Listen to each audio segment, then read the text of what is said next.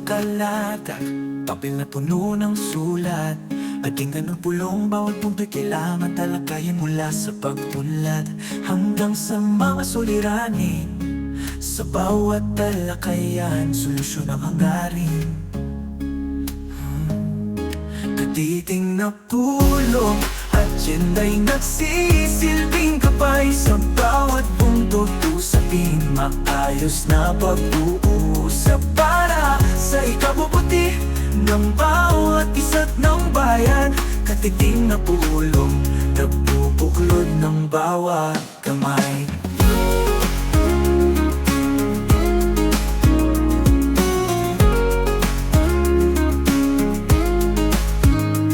Sa bawat talakayan, iti naglalabasan, magkakaisa at respeto ang susi sa pag-unlad.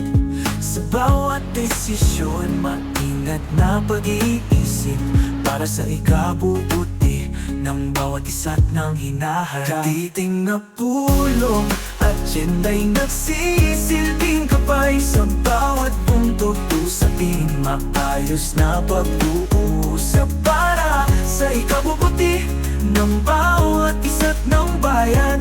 Katiting na pulong, nagpupuklod ng bawat kamay.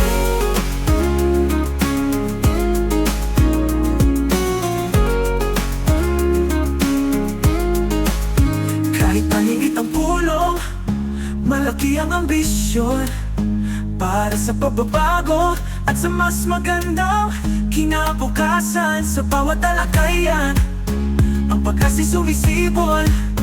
Sa bawat desisyon, ang pagmamahal ay lumalalim. Titing na pulong, agenda'y nagsisilbing gabay. Sa bawat punto, usapin, maayos na pag-uusap para sa ikabubuti ng bawat isa't ng bayan. Katiting na pulong, nagpupuklod ng bawat kamay. Pulong, agenda'y